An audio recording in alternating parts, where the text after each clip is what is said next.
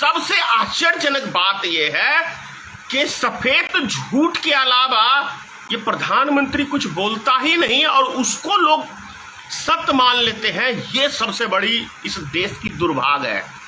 भाई लाइसेंस दिया है इस देश की जनता ने झूठ बोलने के लिए। मोदी जी को लाइसेंस दिया है इस देश की जनता ने कि आप झूठ बोलो और हम आपको लपेटने के लिए तैयार हैं। कितना जिम्मेदार प्रधानमंत्री है हमारा के मणिपुर में आग लगा के आराम से खामोश विदेश घूम रहा है।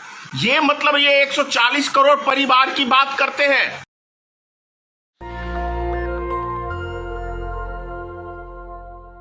कमाल का न्यू इंडिया बना है, कमाल का make in India, shining India है, जहां सिर्फ इतना कहने से एक टीचर कि अनपढ़ को वोट मत देना, उसकी नौकरी चली जाती है। वास्तव में गजब का न्यू इंडिया बना है भाई। इससे अच्छा इंडिया का निर्माण क्या हो सकता है, जहां पे एक टीचर अपने स्टूडेंट को समझा रहा है कि पढ़े लिखे व्यक्तियों को मत देना चाहिए,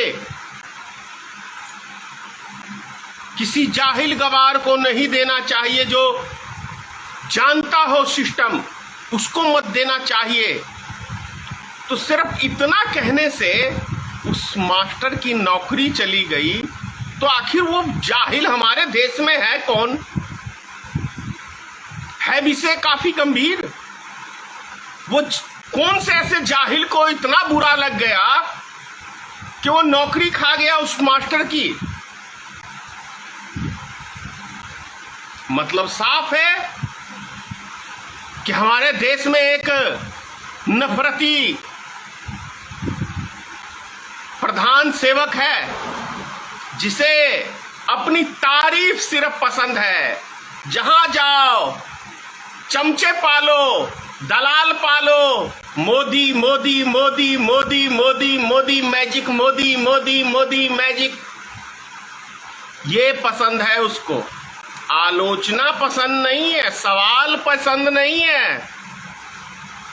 कोई सवाल कर दे ये पसंद नहीं है इस न्यू इंडिया में। कमाल का न्यू इंडिया है भाई। ये बनाएंगे विश्व गुरु।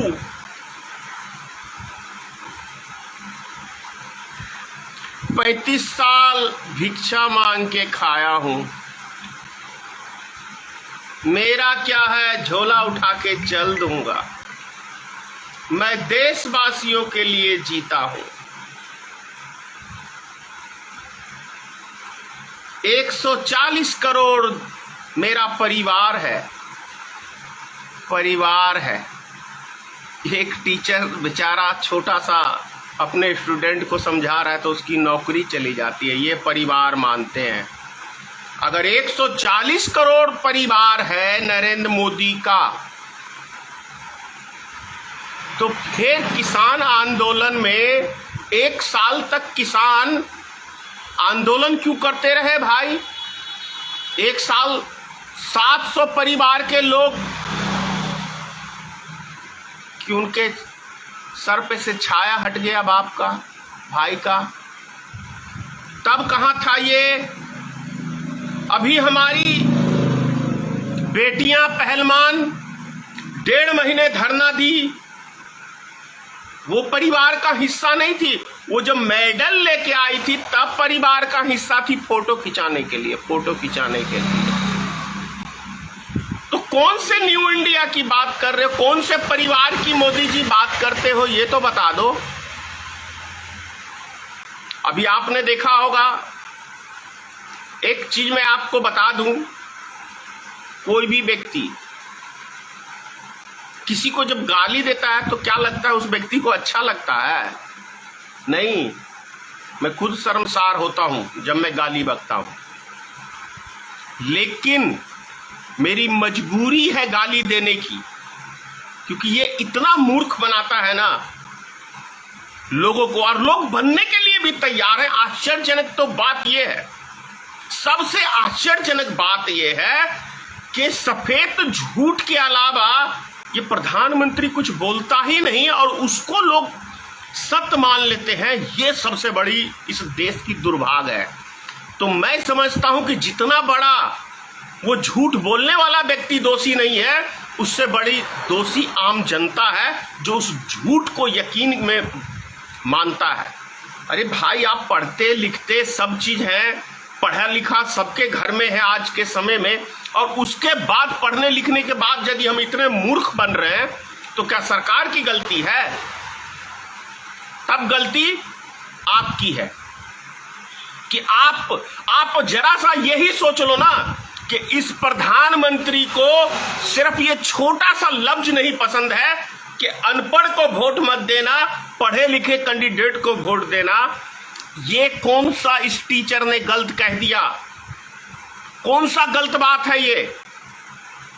बताइए आप लोग कि एक टीचर सिर्फ इतनी सी बात कह रहा है अपने स्टूडेंट से कि आप पढ़े लिखे विद्वान व्यक्ति को चुनोगे तो देश का विकास होगा, आपके समाज का विकास होगा, आपका विकास होगा, आपके विषय में सोचा जाएगा।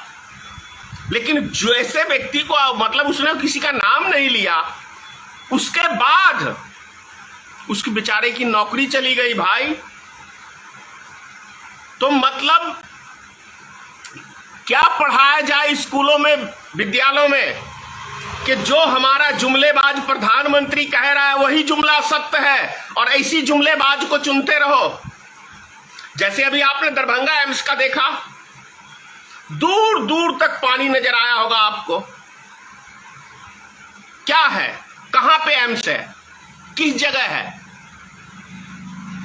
जब एक प्रधान सेवक होकर जिसके ऊपर पूरा देश निर्भर है और वो सिर्फ अफवाह फैला रहा है, भ्रम फैला रहा है, तो देश के हालात कैसे होंगे आप समझ रहे हैं?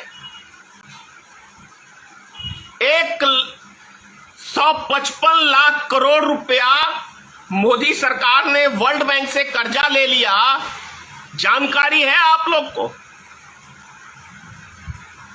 एक व्यक्ति पे कितना कर्जा पड़ रहा है पता है आपको? 1 लाख कुछ हजार रुपए आपको एक व्यक्ति के ऊपर मोदी ने कर्जा गिरा दिया देश के ऊपर। जानकारी कोई मीडिया दे रही है इस चीज की? आप देखिए, मोदी की खिंचाई करनी चाहिए मीडिया को झूठ बोलने पे कि आप गलत अफवाह उड़ा रहे हैं, तो वो आज के समय में जो गोदी मीडिया है वो उसका बचाव करने में लगी रहती है। अभी एम्स के ऊपर मैंने वीडियो बनाया, तो कल मैं आज तक पे देख रहा था, अंजना ओम कश्यप वो सफाई दे रही थी मोदी के पक्ष में, बिहार सरकार को गलत बता रही थी और मोदी सरकार को। मोदी ने कहा ना कि एम्स बनके तैयार है, वहां पे लोग इलाज करा रहे हैं, एम्स खुल गया है। तो इस पे सवाल पूछना चाहिए ना कि माननीय प्रधानमंत्री जी आप बताएं कि बिहार में दरभंगा में किस कोने में एम्स है। जैसे आप सबने देखा होगा, बुलेट ट्रेन की बात की थी ना मोदी जी ने कि भारत में बुलेट ट्रेन बनेगा, चलेगा, दौड़ेगा। अब क्या मोदी जी ने कहा कि वंदे भारत भी बुलेट ट्रेन ही है। अब कुछ भी कह लो यार भाई, लाइसेंस दिया है इस देश की जनता ने झूठ बोलने के लिए। मोदी जी को लाइसेंस दिया है इस देश की जनता ने कि आप झूठ बोलो और हम आपको लपेटने के लिए तैयार हैं। कोई विपक्ष इनसे सवाल ना करे, देश की जनता इनसे सवाल ना करे, कोई मीडिया सवाल ना करे, आम जनता सवाल ना करे, किसान सवाल ना करे, पहलवान सवाल ना करे, कोई बिजनेसमैन सवाल ना करे। भैया सवाल करोगे तो ईडी और सीबीआई हमारे पास, आपके घर पे भेज देंगे। हमारे खिलाफ एक भी लफ्ज बोलोगे तो ईडी सीबीआई को बोल देंगे, आपकी ऐसी तैसी तो करके रहेगा। तो ये चीजें क्या सही लग रही है आप सबको? आप सब बताएं इस बात को। क्या जुमलेबाजी से 10 साल तो लगभग होने जा रहे हैं, आखिर ये देश कहां जा रहा है? क्या हम जुमलों पे निर्भर रहेंगे? क्या जुमलों में विश्व गुरु बन जाएगा हमारा देश? अभी आप सबने देखा कि मणिपुर के क्या हालात हुए, मणिपुर में क्या स्थिति हुई। और सोचिए कि कितना जिम्मेदार प्रधानमंत्री है हमारा कि मणिपुर में आग लगा के आराम से खामोश विदेश घूम रहा है। ये मतलब ये 140 करोड़ परिवार की बात करते हैं, तो फिर मणिपुर के ऊपर बात मोदी जी क्यों नहीं करते हैं? अगर यदि 140 करोड़ ये बता रहे हैं कि मोदी जी मेरा परिवार है, तो फिर उस परिवार के विषय में मोदी जी ने क्यों चुप्पी साध रखी है? जो लड़की जिसको निर्वस्त्र करके रोड पे घुमाया गया, उसका रेप किया गया, उसके ऊपर क्यों नहीं, जब मोदी जी 2-2 घंटा भाषण दे सकते हैं, तो आधा घंटा मोदी जी मणिपुर के ऊपर क्यों नहीं आज तक बोले? अगर ये परिवार है तो मोदी जी फिर क्यों नहीं बोलते? बोलना चाहिए मोदी जी को। नहीं, ये सिर्फ बकवास है। मोदी का एक भारत में एक व्यक्ति नहीं है, एक व्यक्ति नहीं है। मोदी जी परिवार सिर्फ एक भाषण में बोलते हैं, भाषण के अलावा मोदी के पास कुछ नहीं है, जुमलेबाजी के अलावा मोदी के पास कुछ नहीं है। ये ही सत्य है। अगर यदि ये सत्य नहीं होता तो 1 साल से ऊपर किसान आंदोलन नहीं चलता। अगर ये सत्य नहीं होता तो इस देश की बहु बेटियां का रेप नहीं होता। अगर ये सत्य नहीं होता तो वहां दंगे नहीं भड़कते। अगर ये सत्य नहीं होता तो हरियाणा में दंगे नहीं भड़कते।